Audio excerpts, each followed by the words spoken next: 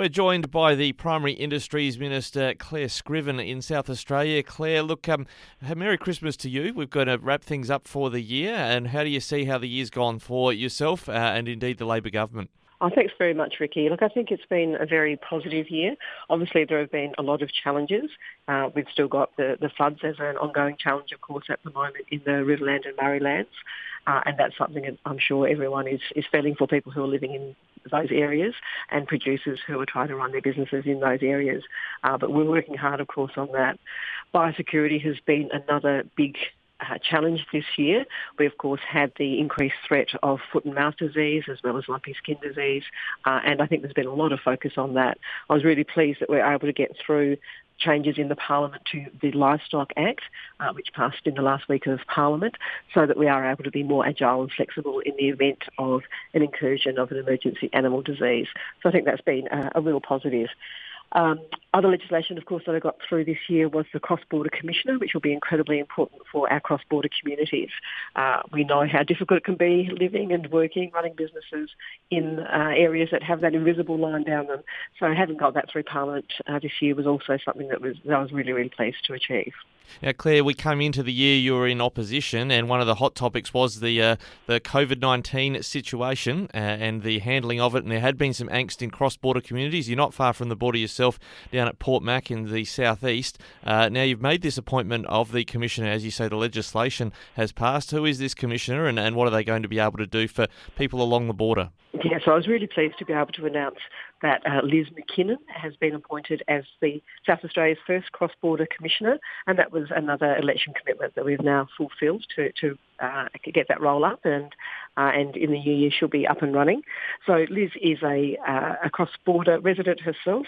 She's lived in southwest Victoria and southeast South Australia, and she's been involved with the Forest Industries Hub, which had a lot to do with helping industry and freight be able to continue through the COVID shutdowns. And I think it's really important, although we know that COVID and the shutdowns had huge impacts on cross-border communities, a lot of the issues that we want the Cross-Border Commissioner to address were in existence well before COVID. So issues around freight, around regulations, around different licensing for trades, around accessing TAFE and skills if you live on the other side of the border. All of those things have been around for a long time, and they're the sorts of things that I'm really looking forward to our new Cross-Border Commissioner, Liz McKinnon, being able to get some runs on the ground to address. Now, this is a role that exists already also in Victoria and New South Wales, and they are quite active during the pandemic. But when it comes to, I guess, promoting tourism in these regions as well, sometimes the border is a bit of an arbitrary line. The attractions there are equal across the border. Will they be working on that front as well?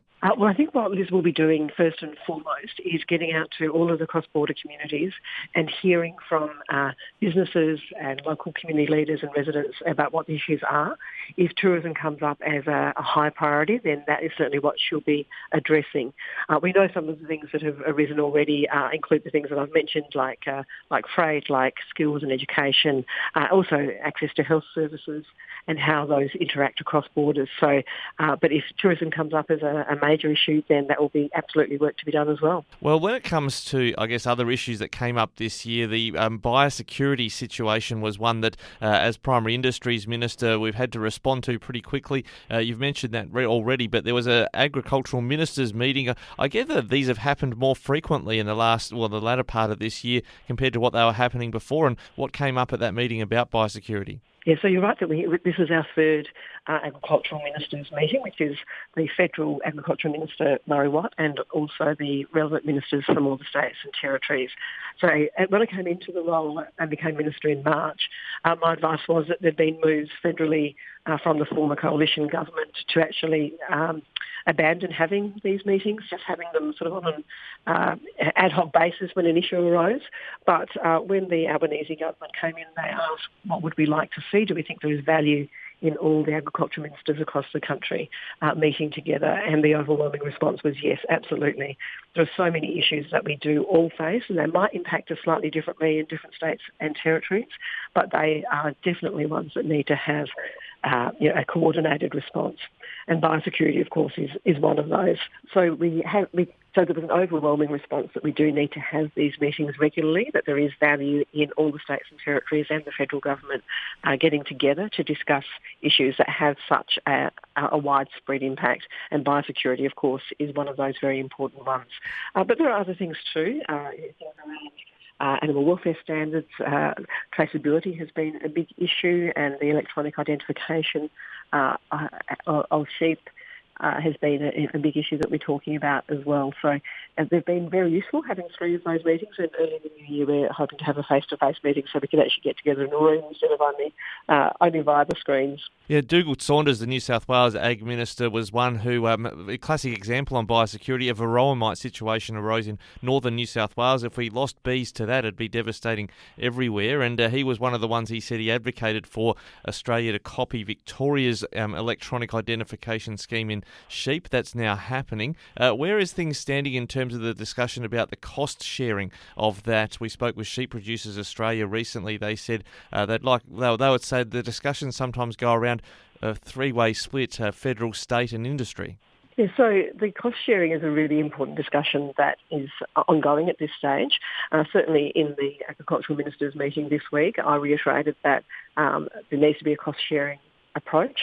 It's not something that can be borne solely by states, and to what extent federal, states and industry should be contributing is something that needs to be worked through.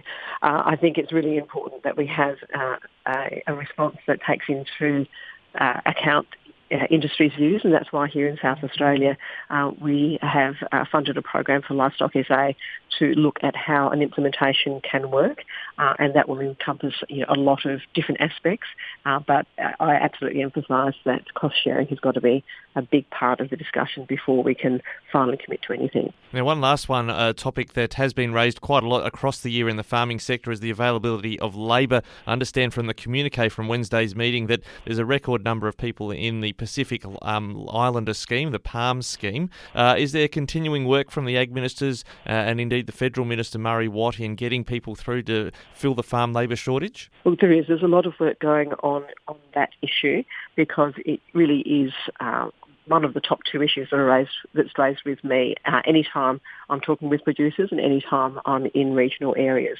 So we know that there are, as you say, increased numbers now coming through the PALM scheme. We know that the federal government has committed a lot of resources to try and deal with the backlog in visa applications. And then there was the recent agreement in terms of fee-free TAFE places under the National Skills Agreement with South Australia to make sure that agricultural training is part of that. So there's that holistic kind of approach. Obviously, we're always keen to be doing more because this is a significant challenge for producers, and we want to make sure that producers and regional industries in general do have access to the workforce that they need. Of course, on a state level, we've also been looking at that, and our election commitments included some technical colleges in regional areas in Port Augusta and in Mount Gambier, and the increases to the funding for TAFE is a significant part of that as well. ABARE has noted that notwithstanding the labour shortage, there were less people in the farm labour space, but there was a lot more harvested, and I imagine that's also particularly so in horticulture. Is there work going on in terms of ag tech to support farmers if they can't find the labour, having the tools they need to get their crop off? Yeah, certainly ag tech is a big part of the industry and the industry's future. And indeed, that's one of the things that I use as an example when trying to encourage young people to think about agriculture as a career. There's still a sense, I think, sometimes perhaps from their parents or even their teachers that agriculture is confined to being on the tractor and pruning fruit or something like that. And those things are of course really important, but we need to be able to actually advertise how strongly advanced in terms of technology agriculture is. Also very strong environmental sustainability credentials in many areas, and a lot of work ongoing in regards to that. So there's really exciting opportunities for young people, and I think part of what our role is, and when I say our, I mean industry, I mean governments, I mean educational institutions, is to really convey what wonderful opportunities there are in agriculture. It is the foundational industry of our country. We all need to be eating.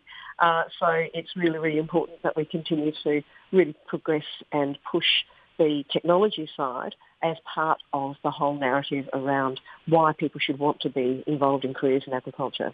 Well, we love focusing on the positives here at Flow FM, Claire, and that's a great positive to finish on. Have yourself a wonderful Christmas break, a well-earned one as well, and we'll catch you in the new year. Thank you so much, Ricky, and happy Christmas to you and your listeners.